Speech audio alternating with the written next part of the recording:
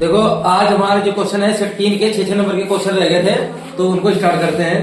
तो इसमें 16 में हमारे 6 नंबर के क्वेश्चन कौन से हैं? पहले 23वां प्रश्न को कहा गया हल कीजिए।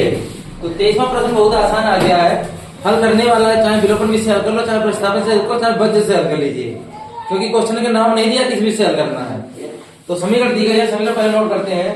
3x माइनस 5y माइनस 4 बराबर में 0। उसके बाद में 9x बराबर में कितना है 2y और प्लस का कितना है 7 है। ये दो समीकरण दिए हैं, इनको हल करना है।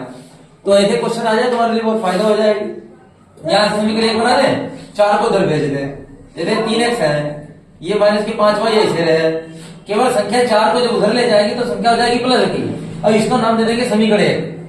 दूसरा यहां से ले लेते हैं सही से, 9x है, 2y को उधर है, बराबर 7 उधर छोड़ दें, तो 9x माइनस का 2y आएगा, इधर आ जाएगा, और बराबर में कितने रह जाएंगे 7। तो समीकरण कितनी हो गई 2। तो समीकरण 1 और 2 भर गई। अब हमें क्या करना है, इसको विलोपन विधि से चलो हल करें तो ज्यादा बढ़िया रहता है। यहाँ 9x है और यहाँ 3x है, तो समीकरण 1 में केवल 3 से गुणा कर दी जाए। तो समीकरण 1 में हम क्या करेंगे, 3 से गुणा कर देंगे तो 9x बन जाएगा। तो 3 की गुणा करेंगे, 3 तियां 9x, 3 की 5 में करेंगे 5 तियां 15y हो जाएगा। उसके बाद 3 की 4 में करेंगे तो कितना हो जाएगा 12 हो जाएगा। अब क्या करेंगे, इन दोनों समीकरणों को हल कर लेंगे, लेकिन ये भी प्लस तो इसे तो जुड़ जाएंगे, हमें इनको काटना है। तो क्या करें, घटाने पर माइनस प्लस माइनस, घटाने पर इनके निशान बदल जाते हैं। तो 9x से 9x क्या हो गया, कट गया। अब ये प्लस की 15y हो गई, ये माइनस की 2y है, तो 15y में से 2y घट जाएगी तो कितनी y बचेगी, 13y बचेगी। और देखिए 7 में से 12 घटेगी तो माइनस के 5 बचेंगे। तो जो y का आंसर जो आएगा वो 13 बटे में पहुंच जाएगा। तो y बराबर आ जाएगा कितना, माइनस का 5 बटे में 13। एक आंसर तो ये हो गया, इतने में तुम्हें 3 नंबर मिल जाएंगे लोग। यही y का ही मान समीकरण किसी में भी रख दो, समीकरण 1 में रख दो, 2 में रख दो, तो जिसमें तुम्हें सही लगे उसी में रख देना है। तो मान लो y का मान समीकरण 1 में रख देते हो। समीकरण 1 से 3x ऐसे ही माइनस 5 ऐसे ही, जहां पर y है वहां पर रखेंगे माइनस का 5 बटे 13, माइनस का 5 बटे 13 रख दिया।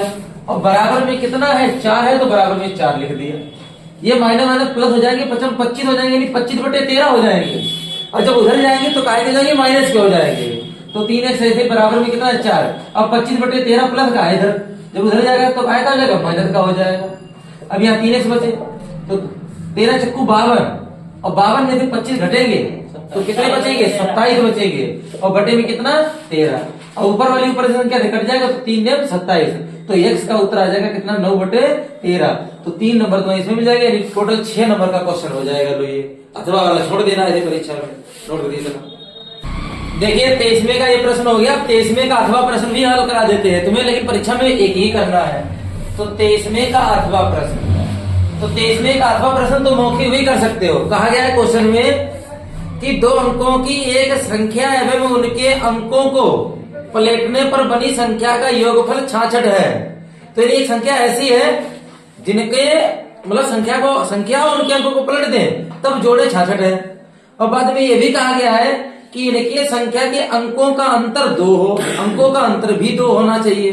तो जैसे तुमसे हम कहें अंतर 2 होना चाहिए, 7 है तो दूसरी 5 होनी चाहिए, लेकिन इनका जोड़ 66 होना चाहिए, तो ये तो बहुत बड़ी संख्या हमने बता दी है। तो एग्जाम्पल में तुम्हें ऐसे कोई मन में ऐसे कोई संख्या सोचनी है, मतलब 30 से कम सोचो मान लो, या 30 से ऊपर चलो सोच लीजिए। मान लो 35 सोच लिया हमने, कितना सोच लिया 35 को अगर 5 में से 3 घटाए तो 2 आ जाएंगे, लेकिन इनको पलटे तो ये 53 हो जाएंगे, और फिर 35 और इनको 53 को जोड़े तो 66 नहीं हो रहे हैं, तो ज्यादा हो जाएंगे, 88 हो जाएंगे, और 66 आना है। तो और कोई बढ़ाओ, ऐसी संख्या सोचो 24 या 42 चलो सोच लो। तो 24 है, इनके दोनों का अंतर कितना है 2, और इनको पलटो तो कितना हो जाएगा, पलटने पर 2 पहले 4 बाद में तो 24 हो जाएंगे, और जोड़ेंगे तो कितना आ जाएगा 66 आ जाएगा। तो ये तो मौखिक आंसर हो गया। लेकिन हल कैसे करो, ये 6 नंबर का क्वेश्चन है ना। तो 2 अंकों की संख्या कितनी मानी जाती है, कोई बता सकता है? 10x प्लस y मानी जाती है। 2 अंकों की जो संख्या होती है वो कैसे मानते हैं, 10x प्लस y, क्योंकि 2 अंक जो शुरू होते हैं वो 10 से ही स्टार्ट होते हैं, और x और y जो था वो इकाई का एक अंक होता है। माना जब कभी भी सवाल 2 अंकों का दिख जाए तुम्हें, 2 अंकों की संख्या कहता हो, तो तुम्हें 10x प्लस वाई ही मानना है। माना 2 अंकों की संख्या, माना 2 अंकों की संख्या 10x प्लस वाई मान ली। इसमें x और y जो होते हैं वो इकाई दहाई के अंक होते हैं। अब क्वेश्चन में कहा गया कि संख्या, ये तो संख्या हो गई 2 अंकों की, इसके अंकों को पलट दें, यानी इकाई दहाई के अंकों को पलट दें। जहां पर x है वहां पे y कर दें, मतलब 10y प्लस x कर दें, 10y प्लस पलट गया। तो इनका जोड़ 66 है। तो इनका जोड़ कितना है? इनको जोड़ दिया तो 66 हो गया। ऐसे समीकरण एक बना देंगे। 10x में 1x जुड़ गया, कितने x? 1y में 10y जुड़ गए, कितनी y? बराबर में कितने? 11 कॉमन ले लीजिए, तो x प्लस कितना बचा? y बराबर में कितना? 66। 11 को 6 बार काटेंगे तो x प्लस y बराबर कितना आ जाएगा? 6। तो समीकरण कितनी बन गई? लो, ऐसी एक समीकरण बन गई। दूसरी क्या है? इनका अंतर, इकाई दहाई के अंकों का अंतर है 2। तो अंतर का मतलब होता है घटाना। x में से y को घटा दो तब जाके है 2। तो ये समीकरण कितनी हो गई? 2। बस इनको बुझो से हल कर लो। 22 से y कट गया, x में x जुड़ा कितना? x 2x, 6 में 2 जुड़े कितने? 8, और 2 से कटा कितना? 4। तो x बराबर कितना आ गया? 4। जब x बराबर 4 आ गया तो यही मान किस में रख देंगे? समीकरण 1 में। समीकरण 1 से x की जगह 4 रख दिया, प्लस y हमें ज्ञात करना है, बराबर में कितना? 6। 4 उधर जाएगा, माइनस का घट जाएगा, कितना बचेगा? 2। तो x और y के उत्तर आ गए हैं 4। x का 4 आया और y का कितना है? 2। यही मान संख्या में रखना भी है, ऐसे मत छोड़ देना। तो संख्या कौन सी है? 10x प्लस y है। तो 10 जहां पर x है वहां पे 4 रख देंगे, और प्लस जहां पर y है वहां पर 2 रख देंगे। तो 10 चक्कू 40 और 2 कितने हो जाएंगे? 42। तो 42 हमारा इस संख्या का आंसर हो जाएगा।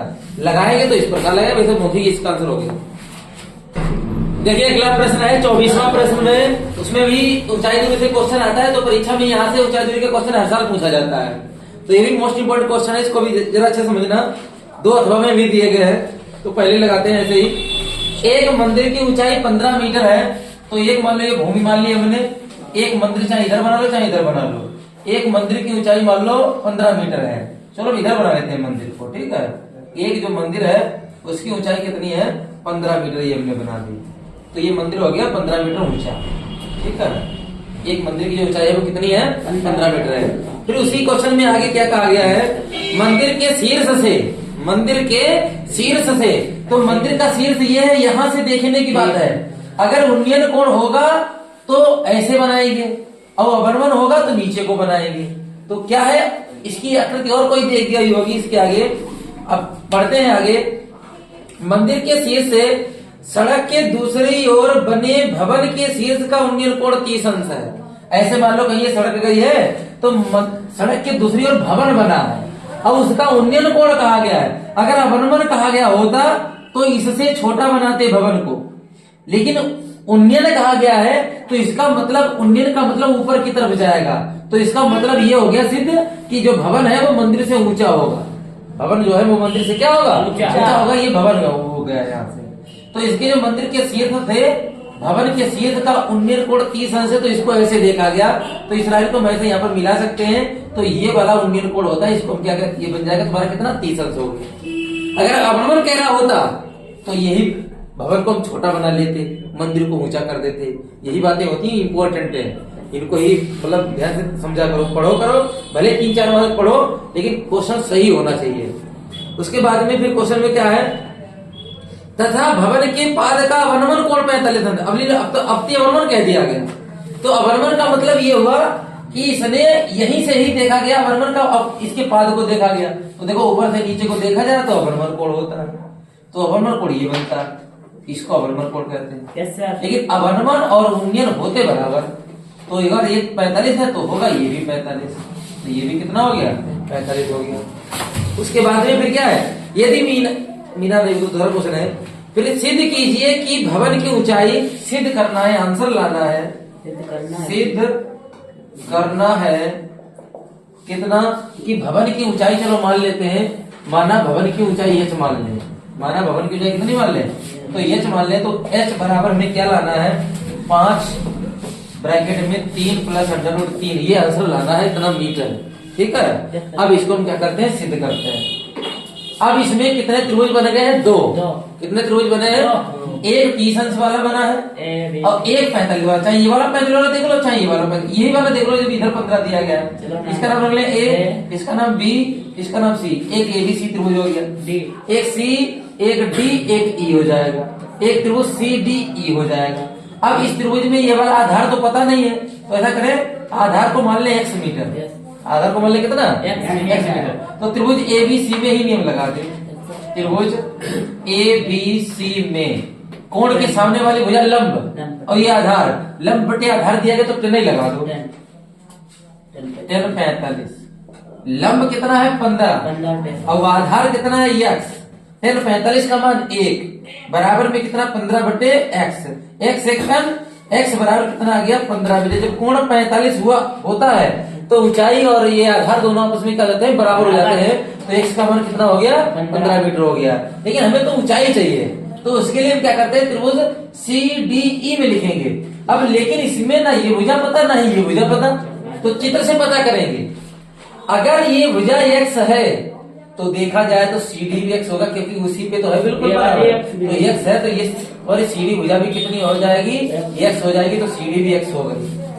अगर ये 15 है तो यहां से यहां तक ये भी भुजा कितनी होगी, 15 हो जाएगी, तो ये भी कितनी हो गई, 15 हो गई। अब तुम ऊपर वाली भुजा ज्ञात कर सकते हो कितनी है, पूरी h है, इतनी 15 है। अगर h में से ये घटा दी जाए 15 तो शेष ed ही बचेगा। तो h में से 15 घटा दो तो ये वाली भुजा आ जाएगी, यानी h माइनस 15। अब इस त्रिभुज की हमें 2 भुजाएं पता चल गई, लंब बटे आधार। अब इस त्रिभुज में हम नियम लगाएंगे, त्रिभुज सी डी ई में, त्रिभुज सी डी ई में लगाएंगे 10 30 हो गया। लंब कितना h माइनस 15 बटे में आधार कितना x। 10 30 का मान 1 बटे √3 बराबर में h माइनस 15 और बटे में x। ऐसा करो x का मान भी रख दो 15, तो ये पे हमने 15 रख दिया। इसकी त्रिज्या गुणा कर दे, 15 एकन 15 बटे में हो गया √3 बराबर में क्या बचा, h माइनस 15 बचा। इतना क्वेश्चन में बचा हुआ है। अब हम क्या करते हैं, इसमें √3 जो है इसमें क्या करें, ऊपर नीचे गुणा कर दे √3 से। √3 ऊपर गुणा, √3 नीचे गुणा, तो ऊपर हो गया 15 √3, नीचे √3 कितना हो गया 3 बराबर में h माइनस 15। 3 से काटेंगे तो कितना आ जाएगा 5 माइनस 15। जब इधर आएगा तो क्या जगह प्लस का, तो 5 √3 प्लस का 15 बराबर में कितना h। इसमें कॉमन कितना है 5 का, तो पहले h लिख ले। अगर इसमें 5 का कॉमन ले ले, ये वाला बाद में लिखेंगे, 5 तिया ये 3 पहले लिख दिया और यहाँ तो √3 बच गया खाली। तो यही हमें आंसर भी देखो लाना था। इतना ही 6 नंबर का क्वेश्चन है, ये इसका आंसर बनेगा। अब तुम्हें तो क्वेश्चन वैसे एक ही करना है, लेकिन यहाँ हल करना है तो सभी हल करा रहे। 24 का अथवा दे दीजिए। अगर 24वां नहीं समझ में है तो उसका अथवा वाला लगा देना तुम्हें परीक्षा में, एक ही करना है। लेकिन देखा है, एक भवन के शीर्ष से एक मीनार के शीर्ष का उन्नयन कोण 60 अंश है। तो इसका मतलब ये हो गया कि भवन के शीर्ष से मीनार के भवन को देखा जाना शीर्ष को। तो इसका मतलब ये हो गया कि एक भवन के शीर्ष से तो भवन छोटा हो जाएगा, ये भवन है, और मीनार के शीर्ष को देखा गया तो इसका मतलब मीनार ऊंची होगी, तो ये भूमि हो जाएगी। ठीक है, ये मीनार हो गई, ये भवन हो गया, इसको हम भवन कहेंगे, यहाँ मीनार बनाएंगे। तो उन्नयन अवनमन कोण से ही पहचानते हैं कौन बड़ा रहेगा कौन छोटा रहेगा। तो इसने कहा गया क्वेश्चन में, एक भवन के शीर्ष से एक मीनार के शीर्ष का उन्नयन कोण 60 अंश है। तो लो इसके शीर्ष से इसके शीर्ष का उन्नयन कोण 60 अंश है, तो इसको ऐसे मिला दीजिए, इस लाइन को यहाँ मिला दीजिए, तो ये वाला होता है उन्नयन कोण, ये हो गया 60 अंश। ऐसे कोण चित्र बन जाता है इलेक्ट्रॉन में। फिर भवन के शीर्ष से यही पे कहा गया है मीनार के पाद का अवनमन कोण 45 है। बिल्कुल सेम वैसे क्वेश्चन ये भी है, वहाँ 60 था, वहाँ 30 था। अगर इससे पहले वाले सवाल में ये वाला अवनमन कोण कितना 45, तो हमने बताया था ये वाला भी कितना होगा 45 होगा। इसके आगे यदि मीनार की ऊंचाई 40 मीटर हो, पहले इसकी दी गई थी, अब मीनार की ऊंचाई दी गई है 40 मीटर। यहाँ से यहाँ तक मीनार की ऊंचाई कितनी हो गई 40 मीटर हो, तो सिद्ध कीजिए कि भवन की ऊंचाई, भवन की ऊंचाई को ये मानेंगे। तो हमें सिद्ध करना है कि भवन की ऊंचाई सिद्ध करना है, यानी h बराबर कितना लाना है 20 ब्रैकेट के अंदर √3 - 1, इतना मीटर आंसर लाना है। तो इसमें क्या बिल्कुल सेम प्रोसेस ऐसे ही है जो भी लगाया था उसी प्रकार चित्र से बनाते हैं। ये वाली भुजा कितनी मान लेंगे x, तो ये 45 होता है, ये तो दोनों आपस में बराबर हो जाएगी। उसके बाद में इस त्रिभुज की भुजा ज्ञात करनी पड़ेगी हमें। अगर ये x है तो ये भी कितना होगा, x ही होगा, ये भी कितना हो जाएगा x। अब बताओ, अच्छा ये h है तो अभी मैंने बताया था ये भी कितना होगा, h होगा। तो अब ऊपर वाला कितना बचा फिर, 40 में से h को घटाएंगे, बड़े वाले मान में से छोटे वाले मान को घटाएंगे तो 40 माइनस h, तो ये वाला जो मान बचेगा वो कितना बचेगा, 40 माइनस h बचेगा। अब इसका नाम रख लेते हैं त्रिभुज ए बी सी, यहाँ डी और यहाँ ई। तो दो त्रिभुज है, त्रिभुज ए बी सी। पहले त्रिभुज ए बी सी में ही हल करते हैं। कितना कोण, 45, फिर 45 लंब बटे आधार बराबर हो जाएगी। ये तो लंब है h, आधार है x, फिर 45 का मान a बराबर में h बटे में कितना x, x सेकंड, x बराबर कितना h, समीकरण कितनी बन गई 1, तो h बराबर x आ गया, समीकरण कितनी बन गई 1 हो गई। उसी प्रकार दूसरा त्रिभुज लेते हैं, त्रिभुज कौन सा, CDE में, त्रिभुज CDE में, इसमें भी लंब बटे आधार है तो 60 लगेगा, 10 60 लगेगा, 10 60 बराबर लंब कितना है 40 माइनस h, अब आधार कितना है x, 10 60 का मान √3, 10 60 का मान कितना √3, 40 ऐसे ही माइनस h ऐसे ही, और x की जगह पे h रखना है क्योंकि हमें x का मान आ चुका है समीकरण 1 में, क्योंकि h का उत्तर चाहिए। √3h त्रिशी गुणा कर दी बराबर में 40 माइनस h, माइनस का h इधर आएगा तो काय का देगा प्लस का, उत्तर ये लाना है। इसका मतलब हमें अभी देखो इसको हल करते हैं, इसको इधर लाएंगे √3h, ये माइनस h इधर आया प्लस का, बराबर में कितने बचे 40, h इसमें से हम कॉमन ले तो क्या बचेगा, √3 प्लस 1 बचेगा, यहाँ √3 बचा, यहाँ 1 बचा, बराबर में कितना 40, ये कहाँ पहुंचेगा, तो h बराबर 40 के बटे में कितना √3 प्लस 1। अब तुम्हें ये उत्तर लाना है, इसका मतलब इसकी सही से गुणा करी गई, निशान बदल कर, नीचे प्लस है तो √3 माइनस 1 से ऊपर गुणा और √3 माइनस 1 से नीचे गुणा, तो ऊपर तो 40 हुआ ऐसे ही, और √3 प्लस 1, √3 माइनस 1 ऐसे रहने दिया। अब नीचे क्या देखा तुमने, a plus B, a minus B, √3 की √3 में 3, प्लस माइनस माइनस, 1 का 1, कितने बचेंगे 2, और 2 से ये 40 कटेगा तो कितना जाएगा 20, तो 20 ब्रैकेट के अंदर √3 माइनस 1, ये हमारा ऊंचाई h का मान इतना मीटर हो गया। 6 नंबर का क्वेश्चन ये भी हो गया, दोनों में, लेकिन तुम्हें एक ही करना है, नोट करिए इतना पहले। देखो 23वें के दोनों क्वेश्चन हो गए, 24वें के भी दोनों हो गए। अब एक क्वेश्चन बचा है 25वां, उसमें से भी तुम्हें ये करना है, लेकिन हम दोनों कराएंगे। 25वें में कहा गया एक ठोस एक शंकु के आकार का है। 25वां क्वेश्चन है, एक ठोस एक शंकु के आकार का हो गया, ये हो गया शंकु, ये इसकी ऊंचाई होती है, इसकी त्रिज्या होती है, इसकी त्रिज्या ऊंचाई होती है। फिर जो एक समान आधार त्रिज्या के अर्धगोले पर आरोपित है, एक अर्धगोला है उसी पर ये शंकु रखा है तो ये आरोपित हो गया उसी त्रिज्या वाले की, तो बराबर बन गया। फिर उसके आगे फिर कहा गया है यदि अर्धगोले का वक्र पृष्ठ तथा शंकु का वक्र पृष्ठ समान हो, यदि अर्धगोले का वक्र पृष्ठ और अर्धगोले का वक्र पृष्ठ, अर्धगोले का वक्र पृष्ठ, अर्धगोले का वक्र पृष्ठ बराबर में किसके हैं, शंकु के वक्र पृष्ठ के, बराबर में शंकु का वक्र पृष्ठ के बराबर दिया गया है, यानी समान है तो हमने बराबर लिख दिया। अब ज्ञात क्या करना है, आंसर क्या लाना है, तो शंकु की त्रिज्या और ऊंचाई में अनुपात ज्ञात कीजिए। ये त्रिज्या मान लेंगे r, ये ऊंचाई मान लेंगे h, और ये तिर्यक ऊंचाई होती है l।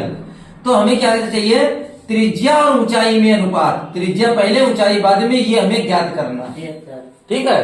तो उसके लिए अर्धगोले का वक्र शंकु का वक्र का सूत्र लगाते हैं। अर्धगोले का वक्र होता है 2πr², अर्धगोले का वक्र होता है 2πr², शंकु का वक्र क्या होता है πr बराबर में एक जैसे वाले मान कट जाएंगे, पाई से पाई, एक आर से एक आर, तो 2r बराबर क्या बचा यल, 2r बराबर में क्या बचा। अब इसमें उत्तर तो यल आया और तुम्हें आंसर तो लाना है r और h के पदों में, मतलब इसमें यल नहीं होना चाहिए, तो यल यहां से पाइथागोरस से निकाल लो। क्या होता है यल का, कड़ का स्क्वायर यानी यल स्क्वायर, और बराबर में h स्क्वायर प्लस का कितना r square, l square plus r square, ये सूत्र होता है। अब यल का मान कितना है 2r, तो एल की जगह पे 2r रख दो, स्क्वायर है तो ऊपर स्क्वायर लगा दो, ये r को भी इधर लाओ r वाले के पास, ये r स्क्वायर इधर आएगा काहे का, माइनर का, बराबर में क्या बचेगा h स्क्वायर, ये कितने हो जाएंगे, दो दूनी 4r स्क्वायर, और माइनस का r स्क्वायर बराबर में कितना h स्क्वायर, 4r स्क्वायर में से एक r स्क्वायर घट गया तो कितने r स्क्वायर बचे, 3r स्क्वायर बचे, बराबर में कितना बचा h स्क्वायर। किसके आंसर लाना है, r पहले h बाद में, तो ऐसा करो h को बटे में ले जाओ, 3 को वहां ले जाओ, तो r स्क्वायर के बटे में h स्क्वायर आ जाएगा, और बराबर में 1 के बटे में 3 पहुंच जाएगा, बराबर में 1 के बटे में कितना 3, दोनों पर स्क्वायर है, तो ऐसा करो इनको एक में मिला के ऐसे लिखने, तब बात तो एक ही रहेगी, और बराबर में कितना 1/3 है। ये रूट आगे कैसे आ रहे हैं, इसका मतलब ये स्क्वायर हटने वाला रूट आने वाला है, स्क्वायर हटाओगे रूट चढ़ाओगे, तो r के बटे में h, 1 का वर्गमूल 1 और 3 का वर्गमूल निकलेगा नहीं, तो 1/√3, अनुपात में लिख दो, बटे को तो अनुपात में लिख देते हैं, r अनुपात h बराबर 1/√3। ये तुम्हारा 6 नंबर का क्वेश्चन सरल है वैसे देखा जाए तो, नोट करिए।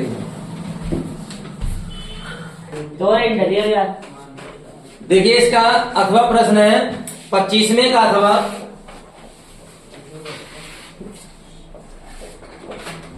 ये भी बहुत आसान दिया गया है।